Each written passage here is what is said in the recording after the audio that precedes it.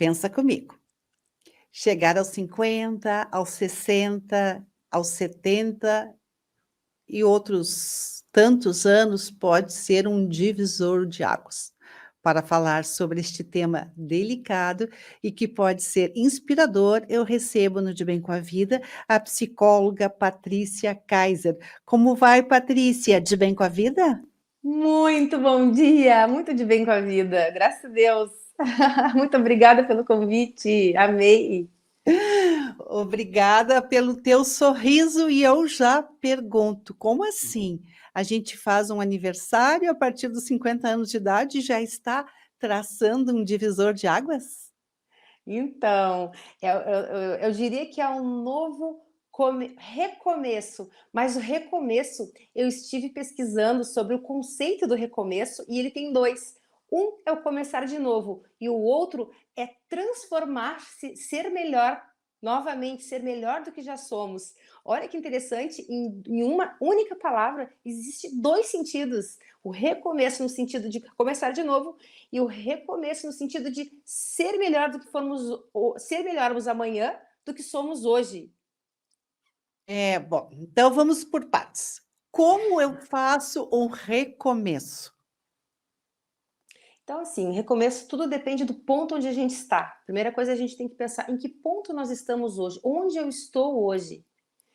Como é que está a minha vida hoje? A gente tem que avaliar como a gente se sente hoje. Como é que é o momento hoje? Onde é que tu estás inserida hoje? A partir desse momento, a gente começa a avaliar questões boas, pontuais, de que estamos satisfeitas com alguns pontos. Em outros momentos, a gente começa a avaliar, puxa, mas eu estou sentindo falta de algumas coisas ainda. Porque ainda tenho noção de que a vida tem finitude e que a gente tem que viver o nosso melhor hoje, o nosso melhor agora. E aí a gente pensa, bom, então eu tenho que melhorar nesse ponto, melhorar no ponto a realizar alguns sonhos, me posicionar profissionalmente, questões familiares, resolver conflitos com aquele irmão que ficou para trás, com aquela filha que às vezes tem muito mãe e filha com problemas. Está na hora de, então, agora já estou mais madura, recomeçar alguns pontos. E a partir disso, traçarmos, então, metas, tomarmos atitude, fazermos ações pontuais para que a gente comece, então, a recomeçar alguns pontos, porque tu não vai começar do zero.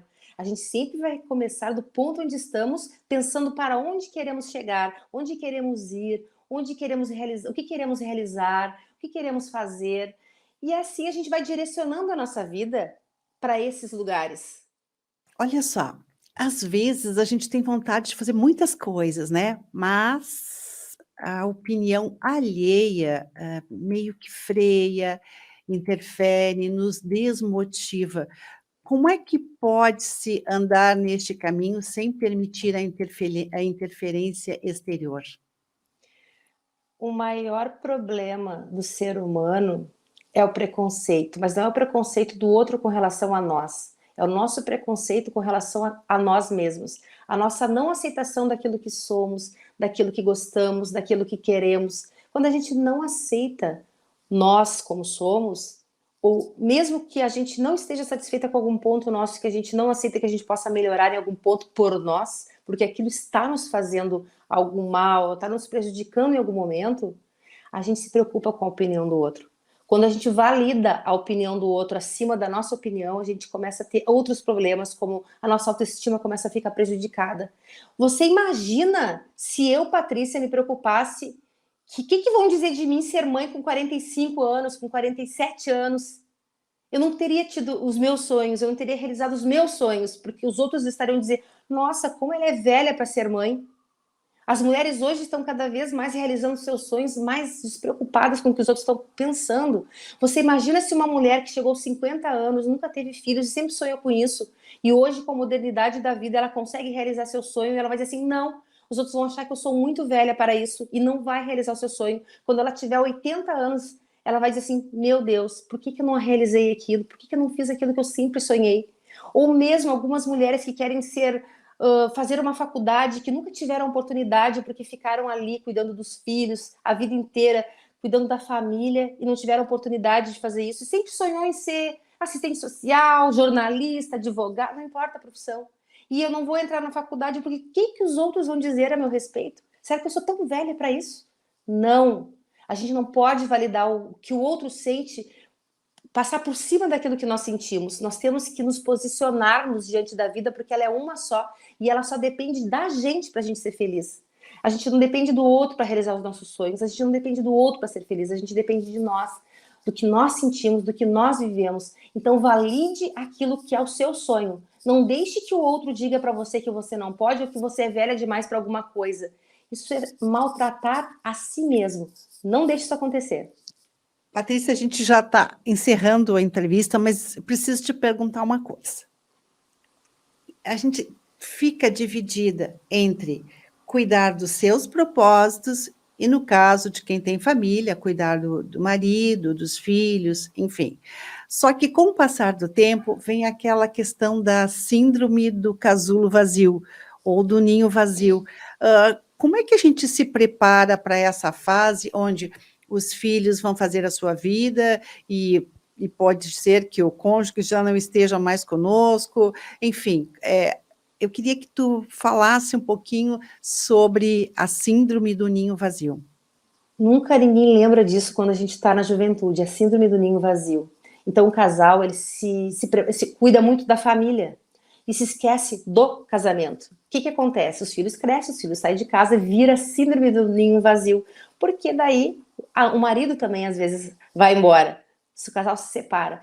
Ficou tão vazio o casal que acabou que todo mundo foi embora, inclusive o marido. O que a gente tem que se preparar? Primeiro, quando o casal está juntos e vai passar pela fase do ninho vazio, que ninguém escapa disso, é lembrar, um dia eu também fiz isso com os meus pais, eu também saí de casa, eu também constituí uma família, e isso virou uma grande família, pensar como uma grande família, porque quando nós criamos os nossos filhos, nós criamos os nossos filhos para o mundo, assim nós fomos criados também, para o mundo, e nós então constituímos novas famílias, e essas famílias vão crescendo, elas não vão diminuindo, então tudo é a forma como nós conduzimos a nossa vida, a consciência da nossa história, e também a forma como nós enxergamos isso. Eu ouvi um casal no jantar de casais que eu fui esses dias, que disse que alguns outros casais estavam passando por essa situação do ninho vazio, e eles disseram o seguinte, para eles, que já são casados há 60 anos,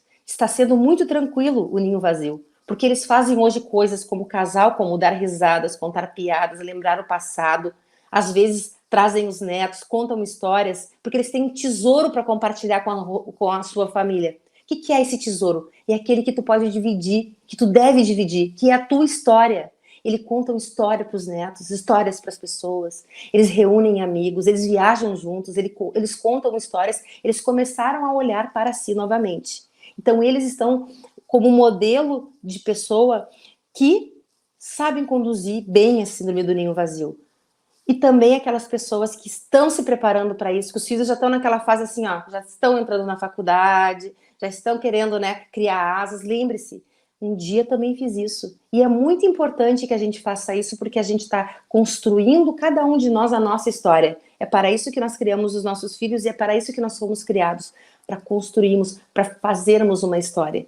E a gente tem que fazer essa história o melhor possível para não sentir tristeza lá na frente. E sim sentir orgulho de tudo aquilo que tu fez para que chegasse a esse ponto, para que chegasse a esse momento. Olha que lindos filhos eu criei. Hoje são independentes, hoje estão aí construindo a sua vida, fazendo suas histórias. Um dia eu fiz a minha e continuo fazendo todos os dias, só que hoje com muito mais gente, com os netos, com os filhos, com novos amigos, com companheiros, com recomeços de relacionamento, não importa a sua história, importa é que sempre vai ter um recomeço e sempre olhar para ela com muito orgulho daquilo que tu fez.